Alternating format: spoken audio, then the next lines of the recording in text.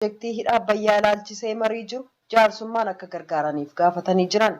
Sanbata darbe ministeera dhimma bishaaniif enerjii kata'an Silashii Baqqalee raadiyoo sagalee Ameerikaaf akka ibsanitti Itoophiyaan torban 2 keessatti hidha Abbayyaa bishaaniin guutuu ni jalqabdi jedhan. Iskindar Firee waliin gaaffiif deebii geggeessanii hanga Masrii, Sudaanii fi Itoophiyaa gidduutti waliigalteen irra gahamutti hidha sana bishaaniin guutuun yeroo biraatti akka darbu ta'eera gabaasi jedhu sobaa jedhan ministeerichi. Kanarratti oduudhaa booda gabaasa qabna. Magaalaa Hawaasaa keessa kanneen jiran hojiin daldaltoota xixiqqoo hoteelota beekamoo qabbanaa'uu bira taree hanga cufamutti ga'uu bulchitoonni hoteelotaa kanaa raadiyoo sagalee Ameerikaaf ibsaniiru. Tajaajila kennamu akkasumas daawwattoota biyya keessaaf alaarraa galii argame irratti kan hundaa'e dinagdeen magaalattiif sochiiwwan hawaasummaa akkaan miidhamu bulchiinsi magaalattii beeksisee jira.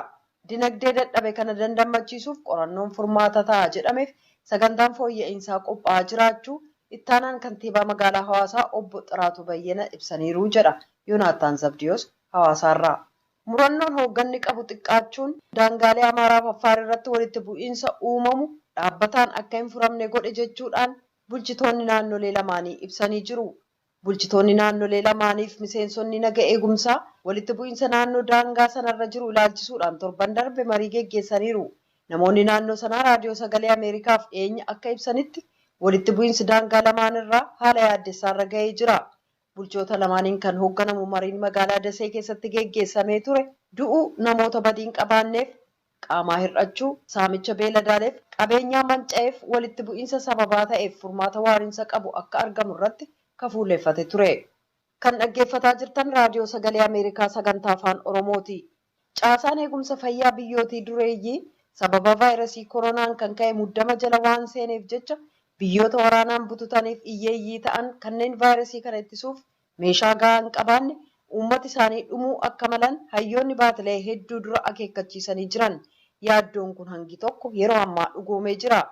Biyyootii Yaman gama kibbaa keessatti hojjettoonni eegumsa fayyaa sababa meeshaan ittiin of eeggatan hin jiraanneef hojii dhiisanii deemaa jiran. Hospitaalonni hanga tokko immoo dhukkubsattoota hafuura baafachuuf rakkatan simachuu didaa jiru. Naannoon waraanaan bututte ka Sudaan Daarfur bakka dandeettiin qorannoo vaayirasii kanaaf jiru xiqqoo ta'e keessatti COVID-19 mooraalee baqattootaa keessa faca'aa jira. Addunyaarraa namoonni miliyoona 10 vaayirasii kanaan innaa qabaman kanneen 500,000 ta'an immoo du'aniiru. Afrikaan kibbaa biyyoota Afrikaa keessaa bakka vaayirasiin koronaa akkaan keessatti hammaate. Biyyoonni hiyyeeyyiirra hedduun dursanii tarkaanfii fudhatanii jiran kan akka Ugaandaa keessatti vaayirasii kanatti duuluuf muuxannoo kana duraarraa ka'uudhaan Yuunaayitid Isteetsi caalaa itti milkaa'anii jiru. Garuu erga weerarri kun jalqabee biyyoonni hiyyeeyyii ta'an akkaan rakkataa jiru. Gareeleen gargaarsaas deeggarsa gochuuf yaalaa jiran garuu ofii isaaniiyyuu sababaa hanqina meeshaa of eeggannoof jecha rakkoon isaan qunnamaa jiraachuu gabaasaniiru. Hindiif Yuunaayitid Isteetsi biyyoota vaayirasiin koronaa heddummachaa adeemuu isaan uggura sochii laaffisanii turan faca'ina vaayirasii kanaa dhaabsisuuf jecha deebisanii cimsuu eegalanii jiru. Hindiin guyyaa tokko keessatti har'a qofaa namoonni 20,000 ta'an vaayirasii kanaan qabamuu gabaafte. Kutaa biyyattii Asaam uggura sochii namootaa hanga adoolessa 12tti kan dheeressite yoo ta'u, Baangaal immoo hanga xumura baatii adoolessaatti namoonni akkan sochoone ugguree jira. Yuunaayitid Isteetsi keessaa Floriidaa, Teeksaas, Kaalifoorniyaa fi Arizoonaan kutaalee faca'inni vaayirasii kanaa keessatti hammaataa deeme. Bulchaan Floriidaa Roon Dasaantis kaleessa akka ibsanitti bakka bashannanaa naannoo galaanaa kutaa isaanii keessaa deebi'anii kan cufan ta'uuf dargaggoota kanneen maaskii kaayyachuu dhiisanii walirraa hiiqinsa hawaasummaa kabajuu dhaban vaayirasichi akka faca'uuf sababaa ta'an jechuun himatan. Bulchaawwan kutaalee Teeksaasii fi Kaalifoorniyaa manneen dhugaatii hedduu cufsiisanii jiru. Teeksaas keessaa torbanneen xiqqoo keessa vaayirasiin kun haala hamtuudhaan faca'aa jira jedhan aangawoonni.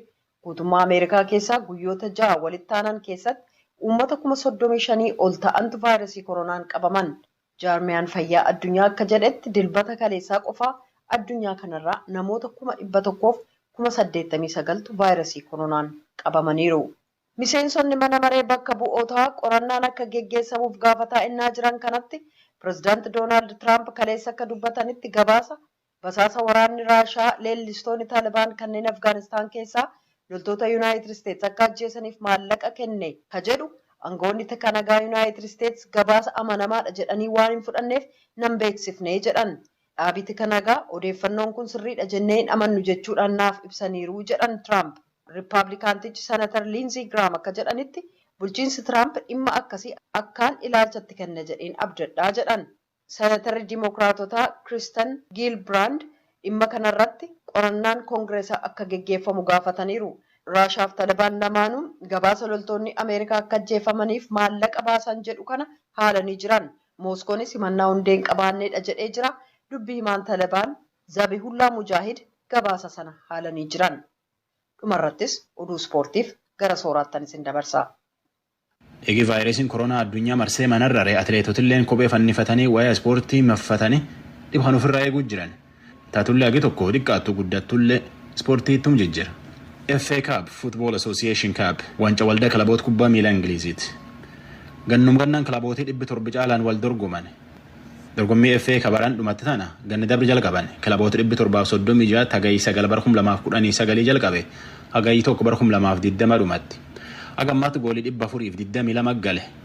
Marroo 153 taphatan. Marcaasu marcaasanii afuritti wal tafa semi-finals. Chelsea, Manchester United, Arsenal fi Manchester City. Manchester United Chelsea wal timarte Arsenal ammoo Manchester City wal qajeelti. Warri wal tafuun adoolessa 18tiif 19 istaadiyoomii Wembley keessatti barak walti jedha. Taatulee waa warri wal tolchan namichi taayar qidaanuuf hin jiru. Televiziyoonii irra daawwatanii vaayirasii koronaa kanaaf jedhaniitiin. United tapha guyyaa dheengaddaatiin Norwich 2-1 qaariftee bira galti. Goolii isiin mooteen tana Harry Maguire sa'aatii obbaate irratti keessa buuseef. Chelsea ammoo tapha kaleetiin Leicester City 1-2 irraa antetti warra fee walti dabarte. Goolii sunillee Ross Barkleytti galcheefi Chelsea mirgaan galatti. FA Cup shaampiyoonaan ganna dabre Manchester City. Arsenal gammaatti marroo 13 shaampiyoonaa FA taate Manchester United ammoo marroo 12. Norwich fi Leicester City ammoo takkumaayyuu moone. Warra ammaan wal kunilleen warrum durii miilallee wal beeku. Chelsea fi United marroo 3 armaan duratti waliin taphatan. Cufaayyuu Uniteditti moo'e. Jara kun ammallee 7-3 duubatti wal dacha. Arsenal fi City illeen warri wal eegachuu jiru keessa tokko. Manajarii Arsenal dorgommii taanillee cufaa yaayyuu dura daddabarsan. Oduun galgala kanaaf qabnu kanuma.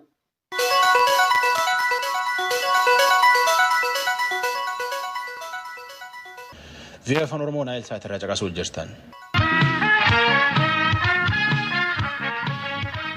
Hojiin hidha Gabaayaa mariif falmeetti jirti. Ministeerri Inerjii fi Bishaan Itoophiyaa Silashii Beqqalee Itoophiyaan 7 lamaan duubatti hidha Abbaayyaa tana bisaaniin guutuu jalqabdi. Haga irratti walii galanitti bisaan guutuun mallee yaada Masrii fi Suudaan dhiyeessitellee hin fudhanne. Iskindar Fireewutti ministeera kan guyyaa dheengadda dubbise jalanneetti kanutti. Adeemsa gara fuula duraa kan ilaaleen biyyoonni miseensa ta'an deeggarsa teeknikaa akka godhan gareen amma mari'ataa jiruuf taajjabdoota irratti dabalataan taajjabdoonni teeknikaatti dabalamanii mariin kun torban 2 keessatti akka xumuramuu fi ba'ii tokkorra akka ga'u jedha yaadi kennamee jedhan Dr. Silashiin. Kun gara fuula duraatti maaltu akka ta'uu qabu kan agarsiisu yoo ta'u nutis karaa keenyaan ijaarsa hidha laga Abbayyaa sadarkaa xumuraarra waan jiruuf sana xumurree bishaan guutuu jalqabuuf torban 2 nu fudhataa jedhan. Isaanis Itoophiyaan bishaan guutuutu hin jalqabin mariin gaggeeffamu xumura haa argatu bifa haa qabatu waan jedhu qabu. Sabaa himaa irratti waan lamaan tokko argeera. Hunduu haalatti fakkaateen dhimma kana hiikkataa jira malee dhimmichi kanumaa jedhan Dr. Silashiin. Ilaalcha Sudaanii fi Masriin qabaatan kan jedhamee gabaasaaleen adda addaa marsariitiirra jiru. Biyyoonni sadeen hubannaa tokkoon hin baanee gaaffii jedhu Iskindir dhiyeessee isaanis deebii kennaniin hubannaa tokkorra geenyeerra garuu akkatti dhimmicha hiikkatan irratti addaddummaan jiraa jedhanii. በዚህ በሁለት ሳምንት ውስጥ ድርድር አካሂዳችሁ ቴክኒካል መፍትሄውና የህግ ማዕቀፉን አጠናቃችሁ torban lamaan kana keessatti marii gaggeessuun furmaata gama teeknikaa fi qabiyyee seeraa xumuruun torban tokko booda akkuma duraanii wal ga'uun ba'ii xumuraa fudhachuu ka jedhu yeroo sanatti immoo waliigaltee mallatteessinee ayyaaneffannaa ka jedhu akka ture ibsan.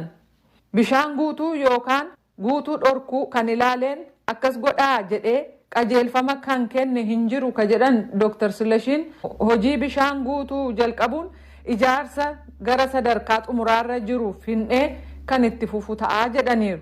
Kanaaf waliigaltee mallatteessuu fi hidha laga Abbayyaa bishaan guutuu jalqabuun waan adda addaati jedhan. Dhimmi tokko kan pireezidaantiin Afrikaa Kibbaa nu hubachiisan dhimma kana miidiyaa irratti ibsa kennuun dhaadheessuun barbaachisaa miti. Akka michootaatti of eeggannoon walii wajjin hojjedhaa jedhanii turan jedhan Dr. Shilashiin. Dhimmichi dhimma misoomaa waan ta'eef jedhanii jedhan. Ijaarsi laga Abbayyaa waan duubatti harkifate hin qabu. Ariitiin gaggeeffamaa jira kan jedhan Dr. Shilashiin hojiin ciraa daggalaa naannoo sanaa barbaachisu gaggeeffamee jira jedhan. Waan hafe yoo jiraate keessa deebi'anii qulqulleessuu waan ta'eef rakkoon qabu. Hidhi laga Abbayyaa ijaarame sadarkaa bishaan baachuu danda'urra waan jiruuf haala jiru hordofnee xumurarraan geenya jechuudhaan Dr. Shirashii Baqqalee yaada isaan Iskindir Firee'uuf kennan xumuranii jiru.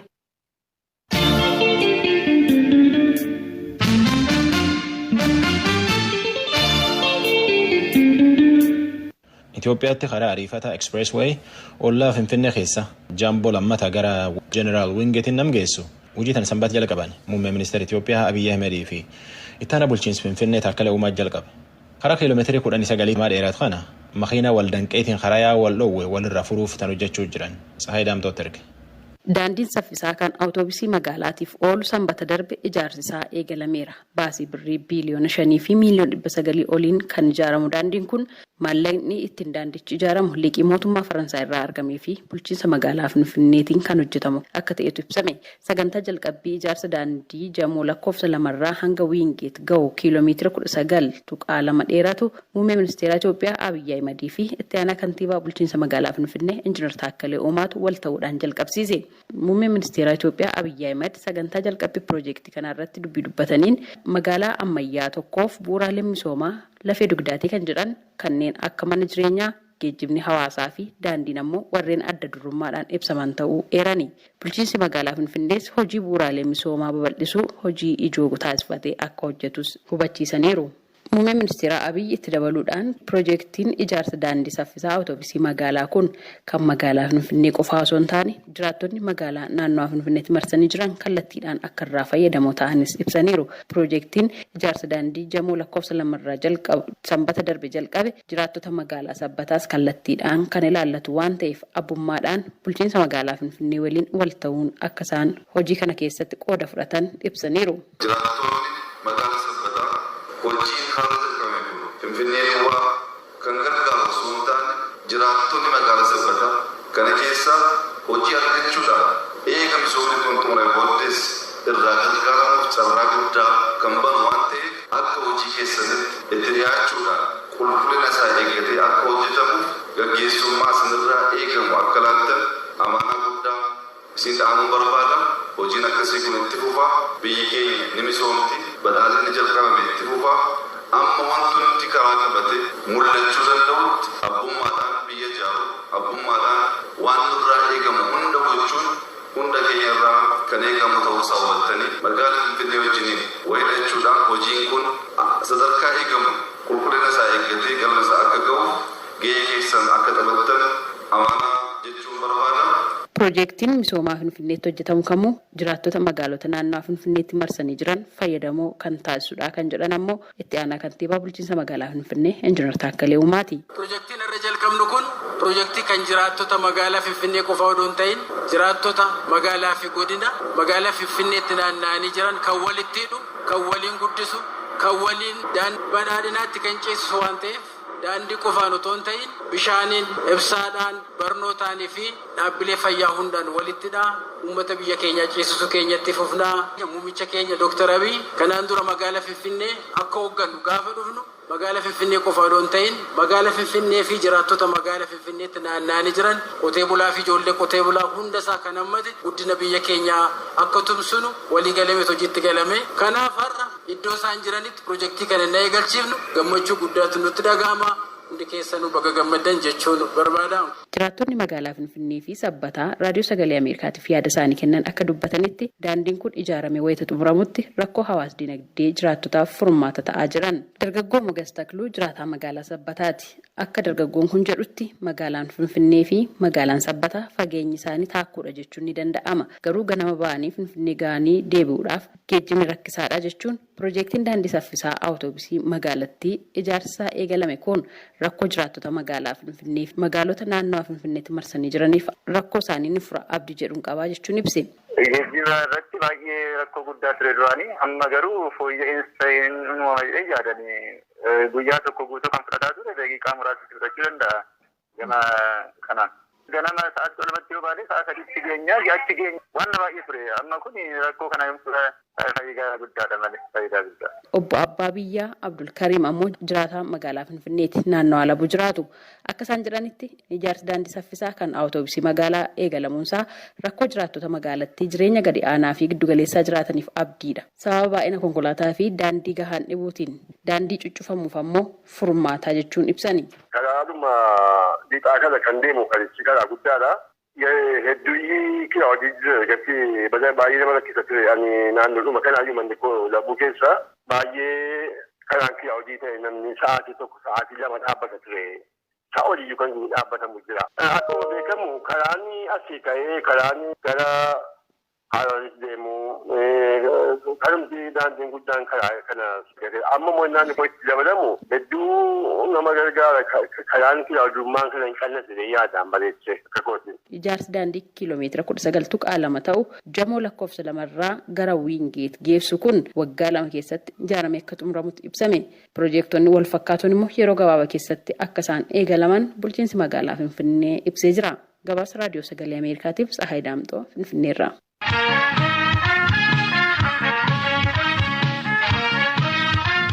Afaan Oromoo Naayil Saatiif metirbaandii irra caqasuu jirtan. Umar Suleeman sirbi isaa kan hir'isanii kennaa waan afaddachaa nee'u.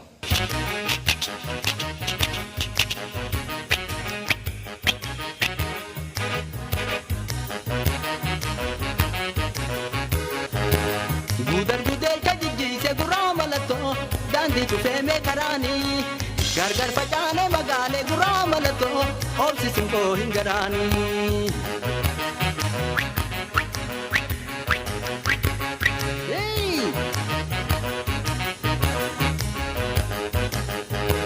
Gudar gudar kajijjiise gurraa mallattoo daandii cufeemee karaanii gargar facaanee magaalee gurraa mallattoo oobsisiin koo hin garaanii.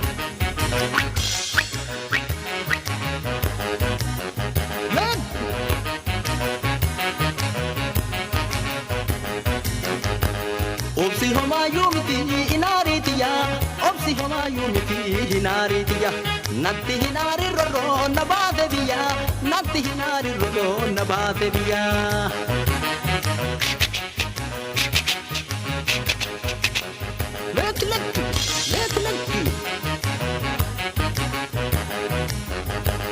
Lekki yaabachoo dillata wal jaalachuun taasifaa ja'uun dingata wal jaalachuun taasifaa ja'uun dingata.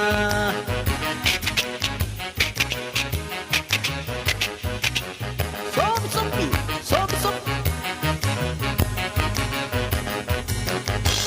Saalaale duuba manni muluu baale hoo saalaale duuba manni muluu baale hoo osoo hin seehin tasaa hojjaan baane hoo osoo hin seehin tasaa hojjaan baane hoo.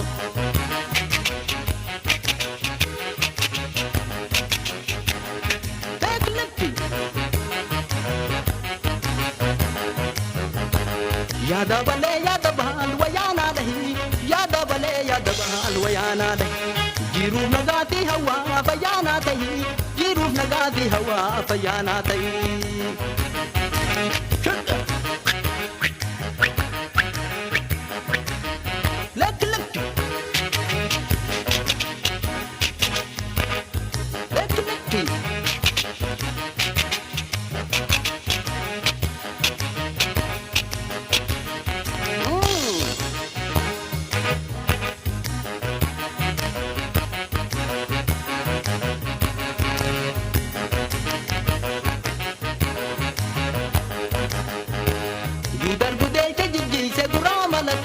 Daandii cufeemee karaanii gargar facaanee magaalee gurraa mallattoo oobsisiin koo hin garaanii.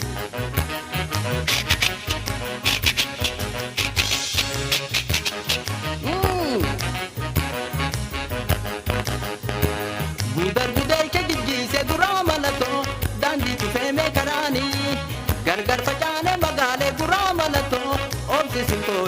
isaanii.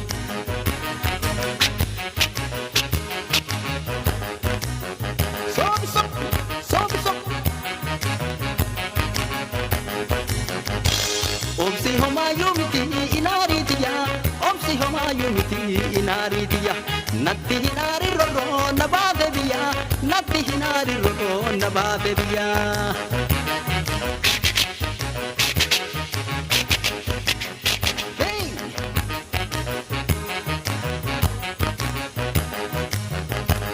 Yaabachu yaabachu yaabachoo dillata, yaabachu yaabachu yaabachoo dillata.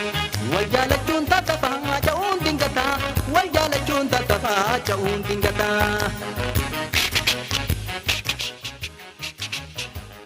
Umar Suleymaaniin galateeffannaa VOA Afaan Oromoon caqasuu jirtan.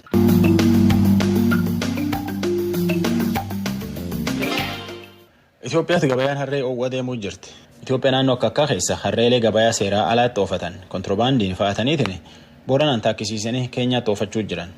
Bulchiinsi godina Booranaa gabayaa seera malee tana dhaabuuf hojii jirraa jedha Galmoo Daawitiitti erge.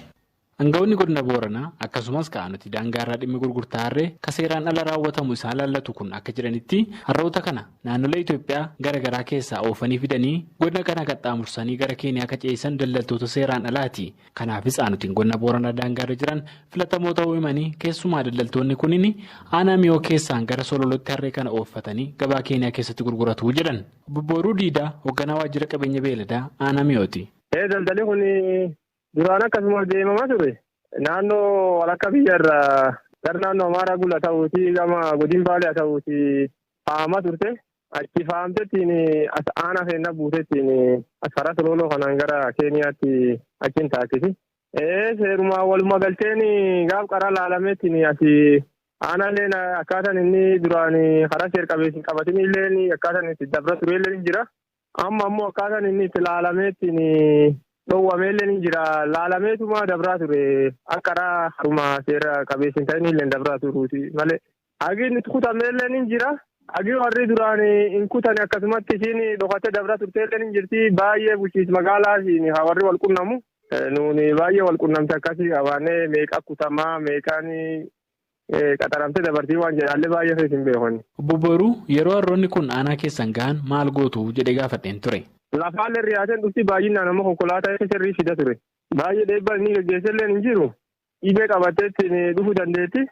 Laalaa turre asitti akka isiin hin faffacaane akka isiin akkuma buuteen dabarte akkasitti laalaa kontirool gochaa turreetti. Ammatti miidhaan isiin naannoo irraan akka naannoolleen hin faalamne achi dhuftee duulleen hin jirti akkaataan itti qarqara rajjisa turanillee ni jira. Aanaan laalee tarkaanfii naannoo fudhateellee ni jira. Ammoo balaan isiin fiddee waan dhukkubii naannoo kanatti hin baratamin kasii fiddeetti ammatti mul'atu hin jiru. Obbo Moluu Culuqqee itti gaafatamaa waajjira galii aanaa mi'ooti. Daldalli harree seeraan alaa kanaan dura aanaa san keessatti raawwatamaa akka ture mirkaneessan. Harree yeroo tokko harree 200, harree 300 akkas, harree 50, harree 40 akkuma gartee haal naannoo yeroo garii harreen hin dhabama yeroo garii hin argama akkas. Shaashamannee naannoo Arsii kan cufu Baalee kan cufu keessa faawamee dhufa naggaadeen hin faati.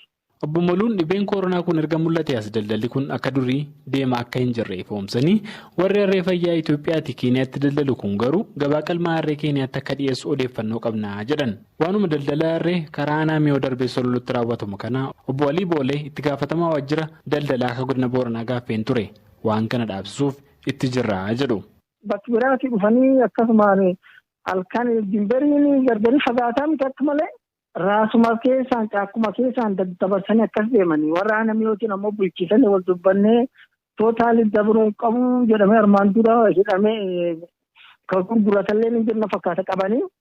Kanaafuu daareshiin olii kaa'anii cilaadhaa harreen achiyaa dhaabbattee jedhamee amma xiqqoo dhaabbatee jira garuu cimsinee si deemaa akka qabnu warra aanaallee warra poolisiillee wal mari'annee jira warra. Namoonni fidabees nama bakka sentarii irraa fidan deebiillee fiduu sentariillee keessa oromiyaallee fiduu akkasumas deema duuba akkasi. Ekspoortii akka godhamu amma rakkoon aadaa keenya wajjin waan hin deemneef namni biyya keessatti nyaatu ekspoortii akkasuma namni itti deemu jiru ammaan dur rikkoos goonee turre rakkisaadha garuu itti deemuun barbaachisa bakka akka karaa seeraatiin bahuu danda'u. Namni itti barbaadanii namni investi godhuu danda'u itti barbaadan akkasitti deemuun barbaachisaadha. Silaa daldala kana to'achuu malee eejensiin misooma gabayaa Oromiyaati. Godina Booranaatti hoogganaa waajjira damee eejensii kanaa obbo Hussein Guyyoo daldala kana qubaa akka qaban dubbatanii koree daldala seeraan alaa kana lamuu akka hin kaane dhorkuu fi hordofu dhaabnee jirra jedhan sagalee Ameerikaaf. Daldalli duraan ture dhaabbatee jira amma waan yeroo gabaabaati amma kalee argaa hin beeku malee duraan ture suni ittisne jirra hin jiru amma. Qabamaa ture yeroo sanitti anneen turre sadarkaa godinaatti yeroo agalamaa qabamee ture. Sanirra ka'ee maybe karaa isa jijjiirachuu danda'a. Garuu godina kan keessaan eebbisuun gahuu dhaabbate. Daldalli seeraan ala aanalee daangaa hunda warra amma gumruukiin jira warra kan waliin qindoomne akkaataa ittiin hojjennan keessumatti torbee dhufutti warra gumruukii kanallee waliin waltajjii akka goon qabannee jirra. Kanaaf akkaataa sun ittisinaa jenna yoo walitti hin qindaa'in danda'an ittisuu hin danda'ani gumruukii qofaa miti qaamni aanalee bulchulleen waliin qindaa'ee hojjetu ittisuu hin danda'amu. Harroon Itoophiyaa Keeniyaatti gurguraman gabaa qalmaarree Keeniyaa jiruuf dhiyeeffamuu jedhama. Mootummaan Keeniyaa gurraan darbe lakkoofsi harroota biyyattii keessa jiranii waan gadi bu'eef qalmaarree biyyattii keessatti gaggeeffamaa ture kan dhorke yoo ta'u torbee darbe kana kibxata waxabajjii 22 bara 2020 manni murtii olaanaa Keeniyaa garuu murtee mootummaan biyyattii dabarse kana kuffisee jira. Kanaanis qeeraawwan harree Afrikaa Keeniyaa keessatti argaman hojii isaaniitti fufuuf akka mirga qaban raggaasise. Gabaasa sagalee Ameerikaaf Galbuu Daawit Naayiroobii. Namta boriitiin waldachaan nagaa jennee nagee ansoora lakeeti sagantaa afaan Amaaraatti ta'an nagee.